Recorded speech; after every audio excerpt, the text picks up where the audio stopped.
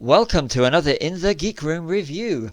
So the other day I saw Blinded by the Light, which is one of the most inspirational, fun, and yet still socially relevant films you'll see this year.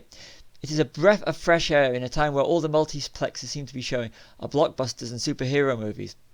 With little star power other than really Hayley Atwell, who you may remember as Peggy Carter in the MCU and Agent Carter, same character in the Agent Carter series, it is great to see a small film with a heart that rivals any of the major studio releases hitting the big screen. Based on a true story and set in 1987's Luton, Blinded by the Light tells the story of British teen of Pakistani descent Javed, who is torn between two cultures and finding his voice in a backdrop of racial tension and unemployment, while finding inspiration in the words and music of Bruce Springsteen.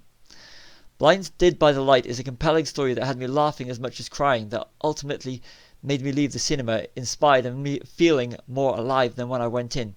It is a truly inspirational movie. Director Gurinder Chadha does a fantastic job of recreating the spirit and feel of 1980s Luton.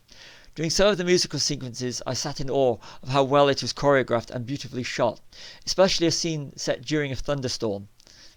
As a graduate of the University of Luton, now Bedfordshire, I got a major kick out of one of the lines towards the end of the movie, and a buzz seeing locations that I knew from my 3 years in Luton.